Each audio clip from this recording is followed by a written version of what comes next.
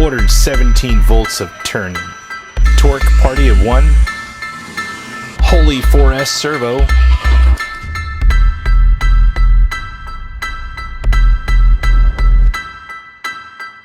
Guys, Rich here from the RCNetwork.com, and today we are checking out a brand new servo. Now this comes from AGFRC, and it's one of their newest servos powered by 4S Lipo. This thing can actually take 16.8 volts straight from your battery, which is pretty cool. Now, less than a year ago, AGF came out with this monster torque servo. This was their 12 volt version, so it ran directly off of 3S Lipo. Now this was the SA86 BVMW, and it broke a lot of ground with 834 ounce-inches of torque and a transit speed of 0.120 seconds. Now, I installed that in my TRX4, and I have some great running footage, and I'll link to that up in the upper right-hand corner. So AGF couldn't leave well enough alone, and they decided to make a 4S capable servo. And running a 3S is so 2020, so let's get rid of this thing and run a 4S. Taking a quick look around this 4S servo, it is quite nice.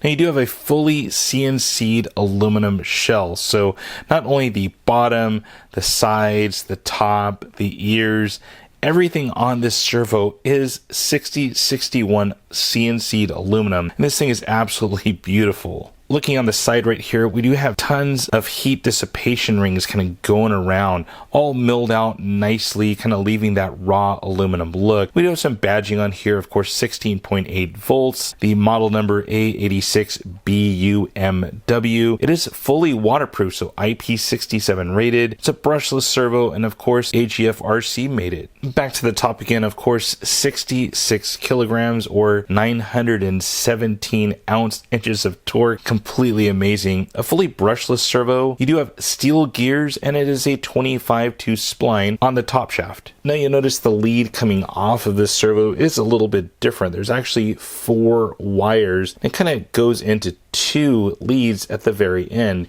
You do have about 12 inches of wire on this servo, and here are the 2 ends. You have a standard receiver plug that would go into your receiver, and then you have a female JST plug to go direct power. Now, included with all of their direct power servos is a handy little wiring harness. You do get a male JST plug to go into the end of the servo, and then you have a 4S balance plug. This actually gets plugged directly into your battery. So this is pretty much a plug and play application. No soldering is needed with this servo. Also included in the box is a small bag of hardware, and also that aluminum AGFRC 25/2 spline clamping servo horn. So you pretty much got everything in one box to get you upgraded on your RC vehicle. Now, depending on the voltage you plan to run, AGF gives you a breakdown of all the different parameters that you should expect from this servo. Now, on the high end, the 16.8 volt spectrum, you should expect a approximate torque of 917 ounce-inches or 66 kilograms, along with a transit speed of 0.10 seconds. That is pretty darn fast for how much torque this thing is really giving out. So what do you do with a badass servo? You install it in a badass rig, and that's what we're gonna do.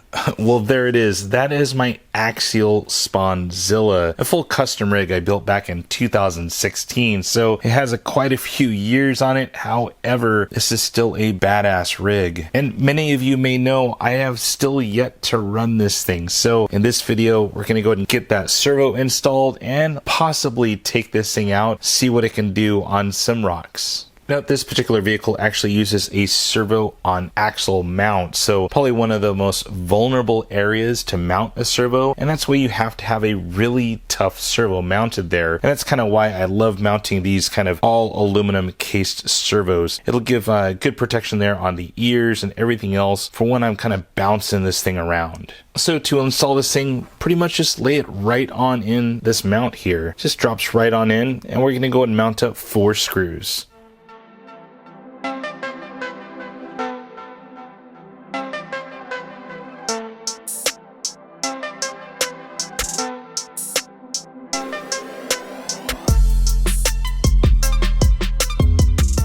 Now for this particular mount, I like to go ahead and get everything loose. So this thing is pretty much in there loose, almost get everything tightened down. I did use Loctite on all of the mounting screws because I am going from a stainless steel screw into an aluminum mount. So now it's time to go ahead and start cinching this thing down, centering it up, getting it ready.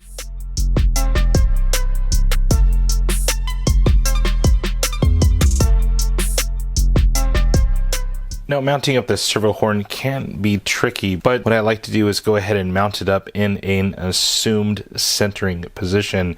Now, I haven't messed with the actual splined post right here on the servo, so it's pretty much should be in a centered position. Now, we're going to go ahead and just center up the axle right here and slide this thing right on. Now that we have it on, we're going to go ahead and put in that last screw right there, and I did put on a little bit of Loctite just to give me some peace of mind. Now with that screw all tightened, I'm going to go ahead and tighten up the clamping screws that are on either side of the horn.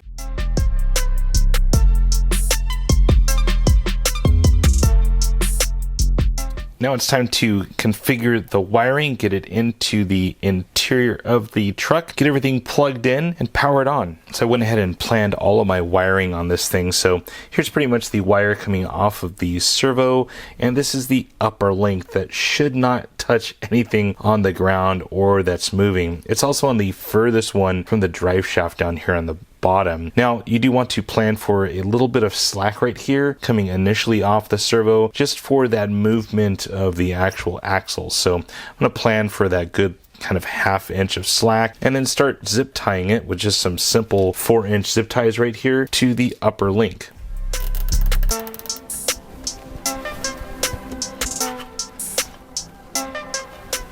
There we go, 3 zip ties, gonna cut off the tails and plan what's gonna go on the interior. So I have the 2 wires coming off of the servo right here. Went ahead and split them down a good couple of inches here. They were originally kind of glued together as part of the wiring harness. So kind of separated them on down, and this will end up going back to my fuel cell all the way back here in the far back. I do have a wire lead coming off that so I can just plug in, and then this will go up to my battery that's located right under here underneath the driver's side. So I'm going to connect the wiring harness that came with the AGF servo and get that all plugged in. Went ahead and got my receiver plugged in back here in the corner. Have the 4S adapter plugged in here to the female side of the receiver lead, the JST right there. And on the far side over here, you see that plugged into my battery into the balance port. So have everything hooked up now. Let's go ahead and power this thing on.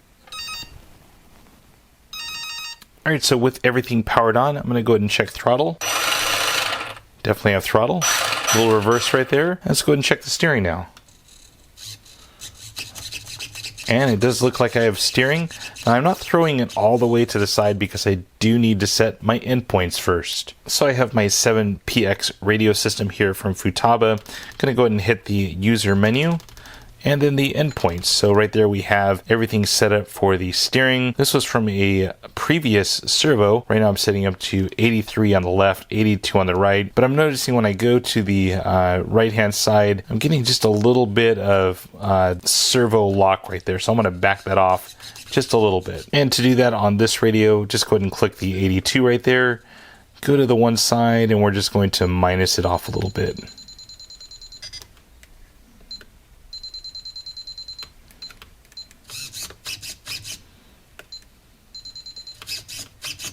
So it looks like 75 is the key number right there to where I'm not getting anything moving around that shouldn't be. I'm going to go ahead and check the left side.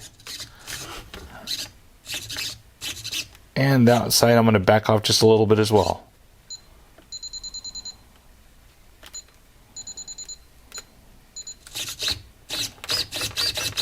There we go. So it looks like 83, 75, and I'm all set up with my endpoints. And just to show everything running right here, nice and smooth. Some pretty good action right there. Let's go ahead and mount on some wheels now. Wheels and tires on. Let's give it a bench test.